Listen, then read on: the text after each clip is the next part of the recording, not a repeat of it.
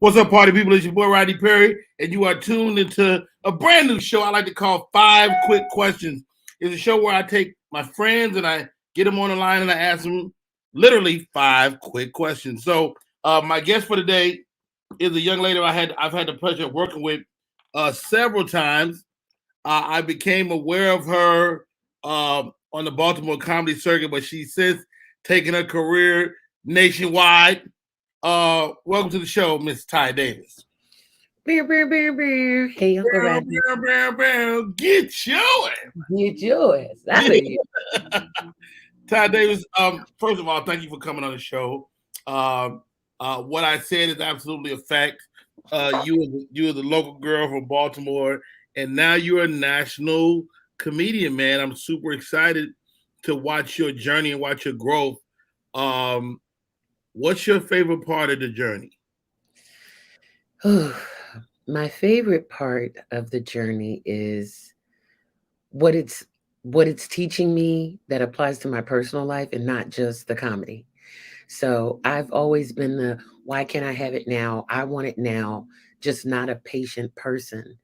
And my comedy career has taught me to be so patient with just the career, with my life, being a mother, and it's like I'm starting to get the fruit from things that from seeds that I planted, 7 years ago. And I'm just like, all right, so this is what patience is. And when they say it's a virtue, it really is. So that's what I'm loving the most about it. I know you partake in an occasional cub, if you will. Uh, uh, talk to me about this Cougar lifestyle, and is that I mean, uh, is it real? So when I started doing that material, it was very much real. And to be clear, me being a cougar is a trauma response. So Okay. and that was the thing that I did. Like because I always was like, oh, I like men that are older than me, not even my age. I always just liked dating and being with older men. And then I was like, I'm sick of y'all. Y'all done got on my nerves. And Okay. someone that I was involved with, he died. Oh. And there was this young guy that kept trying to talk to me for like 2 years before he died. And like one day he asked me out and he was like, "You still got a boyfriend?" And I was like, "Well, technically, no, he died. So if you want to take me out, we can go." And he was like, "Oh, I'm so sorry to hear that." He was like, "So are you available this weekend?" And I was just like, you gotta let that guy take you out. And turns out it was super fun. And I was like, well, I can keep doing this. And I dated younger men for like, I don't know, maybe a few years.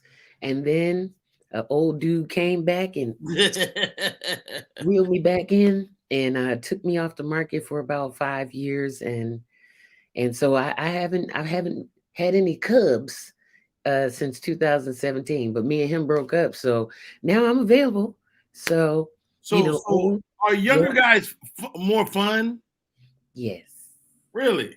It's fun, but it's also like, and this is gonna sound predatory and bad, but I know my truth. Um, it's the psychological control of it. You know what I mean? Ooh. Because younger people in general, they're still trying to figure things out. They're trying to figure out life.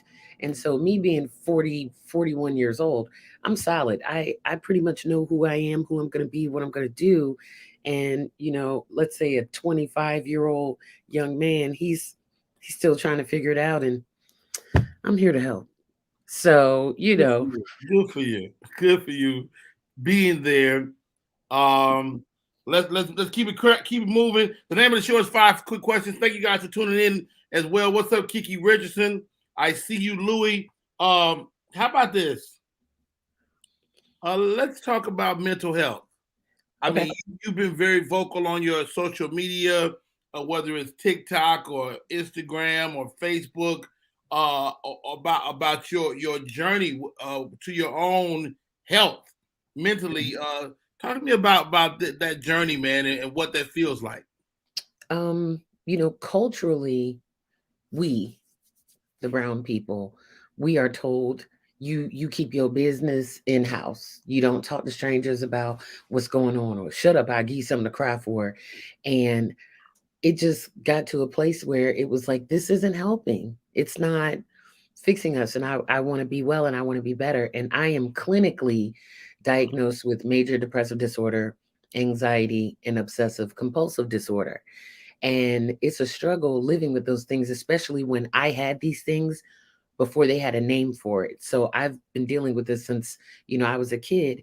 And a lot of times when you're dealing with like mental illnesses, you feel very much alone and like you're the only one that's going through it, and you suffer in silence. And one day I just was like, no, Mm-mm. no, I'm going to talk about it. I'm going to tell people about it, because on the exterior you see this, oh, she's smiling and she's happy all the time and she's a comedian and everything's funny. And I'm like, nah, some days it's a struggle to find the funny. And I just thought it was more therapeutic for me, and that it could help others to be honest about what we're feeling and not just ignore it and suppress it. And I'm still learning. I'm in therapy. I go to therapy once a week. I've been in therapy for a little over a year now, just to kind of help me with some tools. And therapy is not designed to go to it when you're having a crisis. Therapy is also there to be proactive. So I can see when a depressive episode is coming, and I know how to manage it and deal with it. And I just think it's very important for us people, black people, white people, Asian people, to talk about what we're going through, because we are not alone. And that's really why I do it. I love that, Ty Davis. Like, so my daughter deals with anxiety. How does your anxiety manifest itself? Because I mean, you don't strike me as ever being out of control. that that is hilarious. So like before shows I experience a bit of anxiety. Some people say, oh, you're nervous or whatever. Anxiety. And I will literally have to isolate myself like at least 5 or 10 minutes before I take stage. And I just close my eyes. I just take deep breaths. I have to talk to myself, calmly, and just say, you got this. And, a lot of times people don't understand that the mental part of us, it presents itself physically. So if you can read the signs and pay attention to your body, that'll let you know that something is happening. So I'll start sweating, or I'll start fidgeting. Like if you've ever seen me like fidget, and when I'm trying to calm myself down, I'll play like a game on my phone that'll just center my mind, like to get me focused. But a lot of deep breathing, and sometimes I tense up. Like over the past 2 years, I've worn my teeth down because I clench my jaw. I have a bruxism, and so like I grind my teeth and I clench my jaw even when I'm sleeping. And it just wore down because the anxiety it's always present. And so sometimes it's an upset stomach, sometimes it's a headache, but you just got to pay attention to the signs that your body's giving you and give your body what it needs. So if I say I need a minute, or if someone sees me like, okay, I got to step away, like to get myself together 5 minutes before I take stage, then that's what I'll do. Like I don't ask permission to take care of me anymore. I do what I need to do and step away to manage that. But the anxiety is real, because the anxiety is, you're really just overthinking, and you're paralyzing yourself thinking about all these possible outcomes. And in the way to combat anxiety is to be present. So that's what I do. I have to take myself out of the what ifs in the future and just make myself in the moment. Wow, that's beautiful. Be present. My daughter deals with anxiety, so this is really interesting to me. And as a parent, I try to walk her through it, but I don't understand it until Mhm. you articulate it like that. And she and I have had conversations. Her and my other daughter, we all kind of powwow like you kind of always get through it, but when you're in it, that don't matter. Yeah. Yeah. And there's a therapy tool. I learned it years ago, and kind of forgot about it, but now I still use it. So it's like we have five senses. So if you're in the middle of an anxiety or a panic attack, think of five things that you see. Think of four things that you hear. Think of three things that you can smell. Think of two things that you can taste. And so but all it's doing is causing you to be present and take your mind out of what it is that's making you anxious in that moment. And those are things that I do, but I do a lot of deep breathing, meditations, because it's overwhelming. Wow. Let's talk about the lady that taught you how to watch your six. Yes. I've had the pleasure of chatting with you offline, of course, and we talk about your mom, man. She strikes me as a wonderful human being. Me being an ex-military person myself, um, she seems super dynamic. Tell me about So my mom is, first of all, she's hilarious. her. Right. Hilarious effortlessly without even trying. And she's from Baltimore, so that's where the Baltimore roots side of me comes from, even though I was born, my brothers and I were born in North Carolina, Fayetteville, North Carolina. And, she's just a strong, passionate woman. Like, I remember growing up thinking, wow, I want to be just like her. Like, she was a superhero to me. I was like, my mom is so strong. She's so tough. Nothing gets by her. And I wanted to be like that. I didn't necessarily want to do what she was doing, which was in the army. She was in the army for 23 years. So I didn't necessarily want to do that, but I knew that I just wanted to be tough, to be confident, to be sure.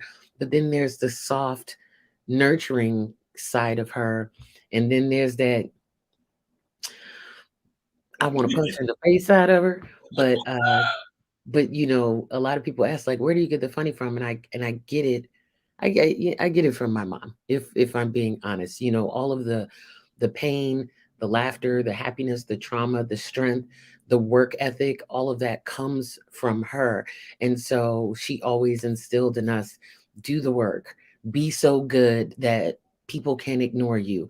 You know, take your time, and those are things that I applied to every area of my life. And those ideals, I think, is what helped me navigate so quickly in my comedy career, because it was learn everything that you know, make it so that you are not expendable.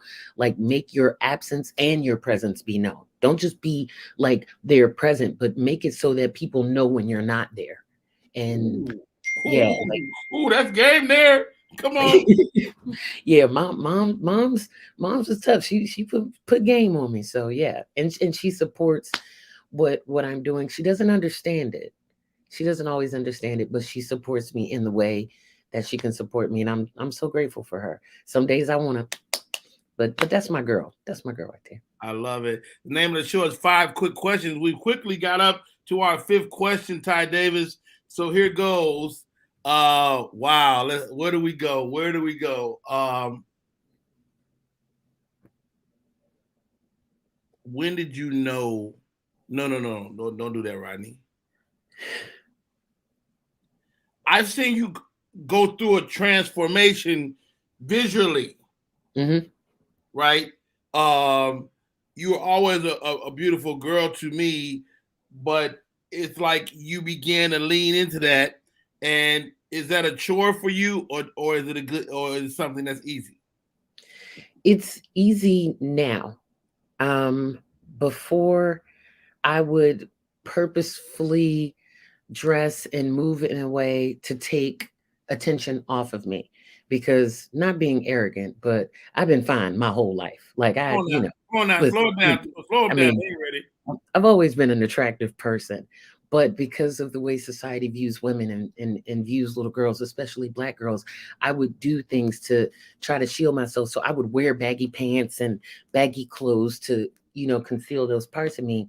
And when I started doing comedy, like, the running thing around here when I started in Baltimore was, they said I looked like a soccer mom. I looked like, just a regular, chick. And then when I decided to take comedy seriously, I was like, okay, this is Hollywood, this is entertainment, and you have to put on a show.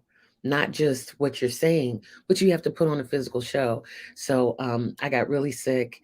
Um, I got diagnosed with ulcerative colitis years ago, and that caused me to drop weight like really fast. Like, people didn't see me for a while, and when they saw me, they were like, "Oh my god, you look amazing!" And I was just like, "Nigga, I was sick. I didn't, I didn't work out. Like, I was at death's door. What you talking about?" What the But die? when I looked at my own body, I was like, dang, I look good. And I wanted to maintain it, but it wasn't, I didn't lose the weight in a healthy way. So I wanted to maintain, you know, my appearance in a healthy way. And when I started to do the work on my mental, all of all of the pieces just started to fall into place. And Mm. so, but I wanted to do it in a way that's authentically, organically me. So there are times where I'll do videos or do lives where I'm sitting in my house coat, no makeup on, this wig ain't on, I got on a scarf or a You hat. got a wig on? This a wig, yeah, this a wig. This ain't, I'm Yeah. blonde now. I'm a blonde now up underneath this. And but it was important to me to show people, because we're not just one thing. You know what I mean? So I want people to see, oh, I'm fine when I'm rocking the raw face, but I'm also fine when I get suited and booted. And I know when to turn it on and at first it was a chore. At first it was very difficult. And I was like, I don't know how to put on makeup, and I hate it here. I didn't learn how to put on my own makeup until the pandemic, until 2020. I had time to learn how to do it, but Right. you know, when you're investing in yourself and what version of yourself you want to be in your career, these are the things that you have to do. So now it doesn't feel like a chore. It's not difficult anymore. And the thing that people don't realize is the results look amazing, but it's the process that's the most important part. So don't fall in love with what you see. Like I tell dudes all the time, if you see me on stage, you like that girl, you think she fine, you think she funny, she snatched, titties look good, that's not who you're gonna get every day, sir. You can't get Don't her. fall in love with that. You Don't do you that. might you might see her once a week. You Maybe. know what I mean? So you gotta fall in love with what's underneath. And that's probably why I ain't got nobody, because they be like, she wasn't lying about that. I know. But you gotta, so it used to be a chore, but it's not anymore. And I always tell people, fall in love with the process, not the results. And Wow. and so I'm excited to see what happens next. Like I wear glasses. I didn't want to wear contacts, but I was like, you want to be in a movie, you want to be on a TV show, girl, you got an astigmatism, you can't see. And every character, every part can't wear glasses. So you have to learn how to put these kinds. So, it's just it's a process, but it's easy now. But before it was like, nah, I don't want to wear heels. Get that out of here. So It's easy now. it's Her easy now. name is Ty Davis. My name is Rodney Perry. The name of the show is Five Quick Questions. Ty Davis, you got through it. I cannot thank you enough. How This do is fun. people stay in touch with you and find you? Well, I'm on all the social media now. Granted, I'm about to get kicked off of a couple of them, Right, but right. but I'm on Instagram, TikTok, Facebook, Twitter, Clubhouse, comedian Ty Davis, across the board on all things. If you're in Baltimore, I will be at the Baltimore Comedy Factory tonight for one more show featuring for Guy Tori. It's been a great weekend. Next weekend, I will be back at the Baltimore Comedy Factory featuring for Mark Curry. So I'm excited about that. And then the first weekend of February, February 4th to the 5th, I will be featuring for Roy Wood Jr. So these next 3 weeks, you'll be able to catch me telling I jokes can somewhere. say I was first before all these guys came along. Listen, I saw it. Rodney Perry was the first comedian and the first person that I could get to do my radio show. And I will never forget that. Like you were supposed to come in, but you couldn't come in. You was like, but I'll do the call. And you did the call in. And I was so grateful for that. I was just starting my radio show. And then you ended up coming back a couple years later, finally getting you in person. You've let me feature for you countless times. You've given me valuable advice. And the things that you've given me, I hold on to them near and dear, even to this day. Like when I get complacent in my set and I'm like, I'm trying to shake things up. I'll never forget you told me, do your opener last, do your closer first. And whenever I want to challenge myself, I mix up my set. And that's because you told me to do that. So I appreciate you so much. Wow. Hey guys, it's been a great show. You guys that are watching, I'll be doing shows all day today. I got some great shows coming down the pipe. Coco Brown is coming down the pipe. Bruce is coming down the pipe. Barbara Carlisle is coming down the pipe. Kim Whitley and Buddy Lewis. But this lady is Ty Davis. Ty, I love you. You're my friend, and I can't thank you enough for coming on the show. That's it for this episode. We got more coming today. Stay with your boy. It is Rodney Perry. This is Five Quick Questions.